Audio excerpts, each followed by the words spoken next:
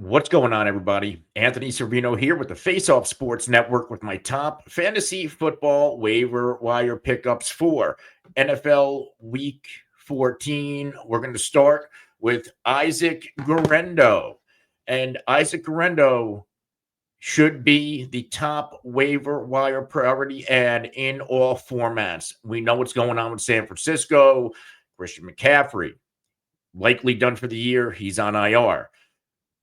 Jordan Mason, he's also on IR with the high ankle sprain, which leaves Isaac Guerendo remaining as the RB1.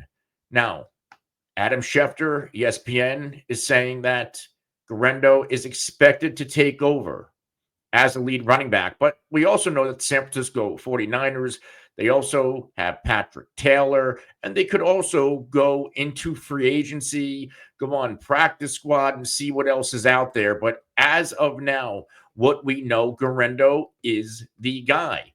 Now, Guerendo did have a couple of touchdowns this year. Week 8 against Dallas, goes 14-85-1. Week 13, this past week against Buffalo, 4-19-1 on the ground.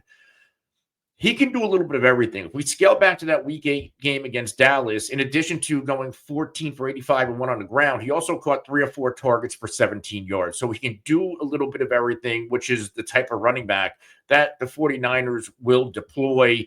Rest of season schedule, pretty good. Chicago, Rams, Miami. Week 17 against Detroit, that's going to be the toughest one. Number 2 against fantasy running backs. But at least for the next 3 games, we know with the expected workload and the fact that he has flashed some potential, Isaac Guerendo must be rostered in all fantasy football formats. Next up, my number 2 priority, or could be still number 1 if you need a wide receiver, and that is Adam Thielen. Adam Thielen, 2 games or in his second game removed from the bye week and coming back from injury. Adam Thielen goes off for 23.9 PPR points, gets 10 targets, hauls in 8 for 99 and 1. The good thing about Adam Thielen is, yes, he is older. He's 34 years old. But the fact that he missed so much time, he's fresh. He doesn't have a lot of wear and tear on his body this season, which means he's going to be probably outstanding for a rest of season run. Let's keep in mind, last season, Bryce Young, rookie, didn't look good. He hyper-targeted Adam Thielen. Adam Thielen was a pretty good fantasy player on a week-to-week basis, at least early on. This season, Bryce Young, ever since he's been benched, he's come back, and he looks like the best version of Bryce Young we've seen in the NFL. And that bodes well for the quality of targets that are going to go into Adam Thielen's direction. There's also some help, right? They got Leggett. They got Coker when he comes back. David Moore is just a guy, but he's played well with some opportunity. Notably, the offensive line protection's been pretty good, and they can run the ball really well. And because of that, Bryce Young has more times to throw, and he gets the ball to his receivers, once again, more efficiently and effectively than we've ever seen him. I'm all in on Adam Thielen rest of season. This week against Philly, it's going to be tough. They're one of the better defenses in the NFL. They are ascending. They are number 7 against fantasy wide receivers. But if you look at that rest of season schedule through the fantasy playoffs, week 15 against Dallas, week 16 against Arizona, fantasy championship against Tampa, that same team where Adam Thielen just popped against, he's a locked and loaded flex play if you're in a jam through the fantasy football playoffs. Next up, we are going to stay in Carolina, and we're going to look at Jonathan Brooks. And Jonathan Brooks, week 12, his first game in the NFL, doesn't play a lot. He only played a handful of offensive snaps, ran the ball twice for 7 yards against Chiefs.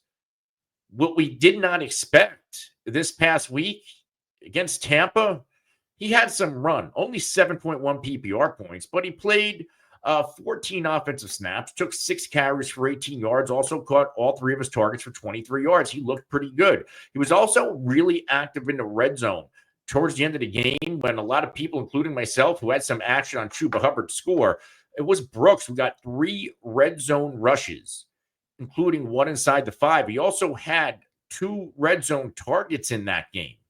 So 5 red zone opportunity for the rookie Jonathan Brooks. Didn't cash in, but it shows that, hey, maybe Carolina wants to see what they have in their young rookie. Next week, again, just like I said about Thielen, don't love it against the Eagles, but that rest of season schedule against Dallas, Arizona, and Tampa Bay through the fantasy playoffs is sensational. Not only is Jonathan Brooks a handcuff to Chuba Hubbard, but he might have some standalone value. We'll know for sure with how he is used and how effective he is going to be this week against Philly. If he's seeing snaps and opportunity, then he might be a standalone flex option if you're in a jam through the fantasy playoffs. Next up, Kimani Vidal. Listen, I don't love this one, but we know J.K. Dobbins is on the fence potentially until week 17, which means it's probably going to be Gus Edwards and Kimani Vidal leading this backfield. To be fair, Gus Edwards, 24 offensive snaps. Kimani Vidal, 12. Hassan Haskins, only 6. When it comes to workload distribution, Kimani Vidal did not see a target, but he ran the ball 4 times for 20 yards. Meanwhile, Gus Edwards ran the ball 6 times for 32 yards. We know when J.K. Dobbins was around, this was a run-dominant offense. That is no longer the case. Gus Edwards, at this point, I think we know what he is. He's touchdown dependent.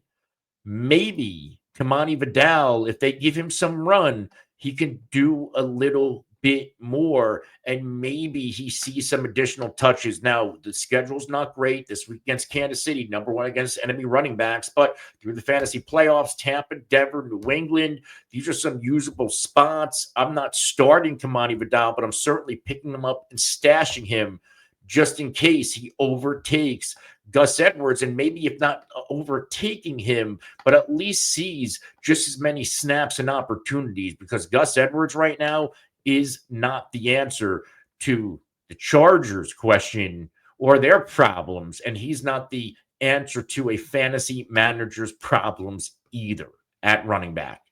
Next up, if you need a wide receiver, you can do a lot worse than Nick Westbrook-Ikhine, and I get it. The golden rule in fantasy, the golden rule, if you know me and listen to this show, I never chase touchdowns. I chase opportunity.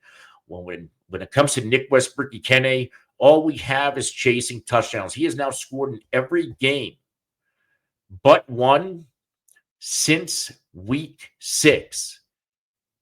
And then after that 4-game touchdown streak was snapped in week 10, he has started a new streak. From weeks 11 to 13, he has scored at least 1 touchdown in every game and scored twice last week. Now, the opportunity is starting to pick up. In each of his past 3 games, he has seen at least 5 targets, including 6 in 2 of them, and a season-high 8 last week. He has some momentum in 2 out of his past 3 as well. He has had at least 61 yards and then popped for a 117 in week 11. Both of those are his highest yardage totals in the season. Rest of season schedule is terrific. Get Jacksonville twice next week, and then in the fantasy championship in between that, Cincy, an exploitable secondary, and Indy, another exploitable secondary. I know Calvin Ridley's the one, but this is an offense that is opening up, throwing the football. Will Levis looks a hell of a lot more competent than ever. And if you need a wide receiver, you don't get out of Thielen. I do not mind Nick Westbrook-Ikhine.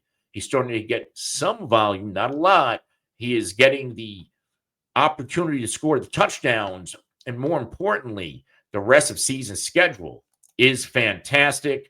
If you need a running back, Braelon Allen, this is a pure handcuff. This is a speculative ad. Braelon Allen, we know what he done, middle of the year. He looked like he could have been a thing. That went away quick. However, Breece Hall. This is all about Breece Hall and the fact that last week there were some rumblings that Breece Hall was dealing with an injury.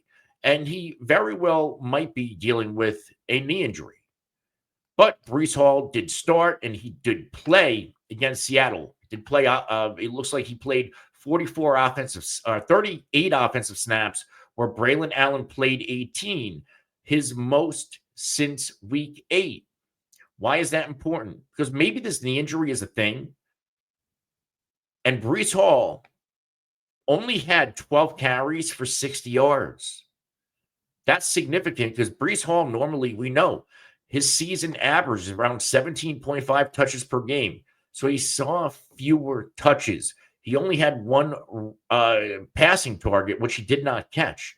So that overall usage is low, which tells me this knee injury could be a thing. And if it's a thing and it potentially puts Breece Hall on the shelf, Braelon Allen, as we know, is a direct handcuff and would be a locked and loaded starting running back through the fantasy championship.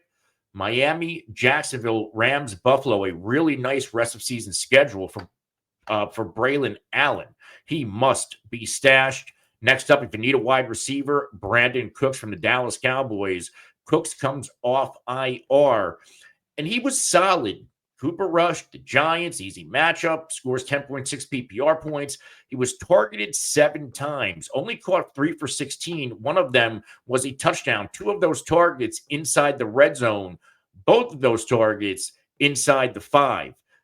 CD Lamb, we know he's dealing with the shoulder injury. We know Dallas is not going anywhere. And if there's a chance, and I've said this week after week, there could be a time where the Dallas Cowboys decide to shelf CD Lamb to, you don't want CD Lamb when you have nothing to play for to suffer a potential long-term injury that puts him on the shelf and puts him on IR to start next season.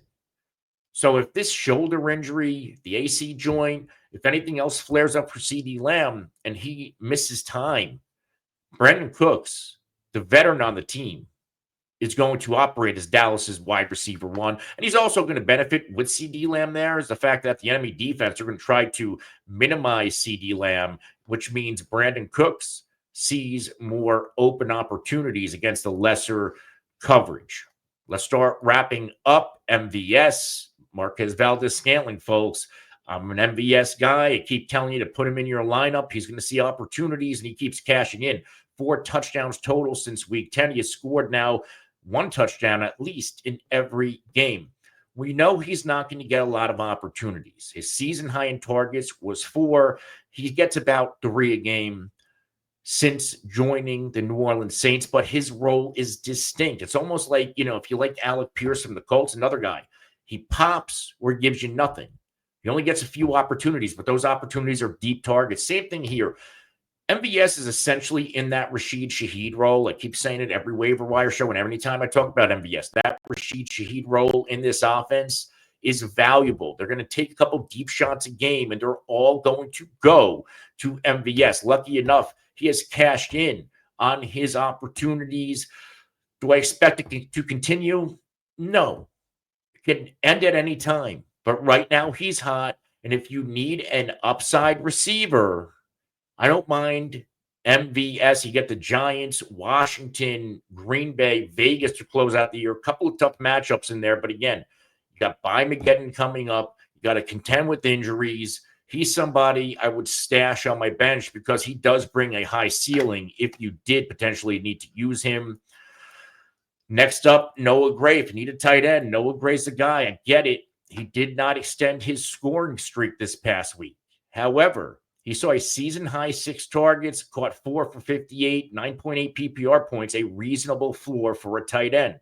This Kansas City offense is loaded. It's no longer just the Travis Kelce and Xavier Worthy show. You got to contend with Hopkins. Pacheco's back. The aforementioned Worthy. Juju's healthy. Kelce. Guys like Noah Gray, they're going to find themselves open, and we are already seeing Patrick Mahomes look in his direction. He's had 4 targets plus in 3 straight games, 1 with 5, 1 with 6.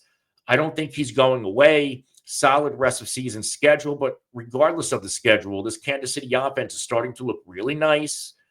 The defense looks a little bit shaky, which means they might have to score more down the stretch. It would not shock me if Noah Gray helped some people to fantasy football championships because I don't think he's going anywhere.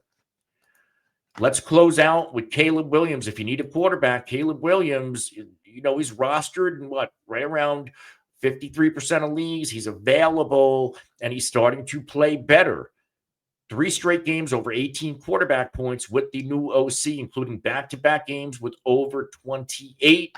He has not committed a turnover since week 8 against Washington, where he lost a fumble. He has not thrown a pick since week 6. He has now thrown 5 touchdown passes and gone for at least 256 yards in back-to-back games. Went for 340 and 2 against Minnesota, 256 and 3 against Detroit. Rest of season schedule is nice. San Francisco, on paper, it looks like a tough matchup, but they are reeling. Then Minnesota, then Detroit again, then Seattle in the fantasy championship.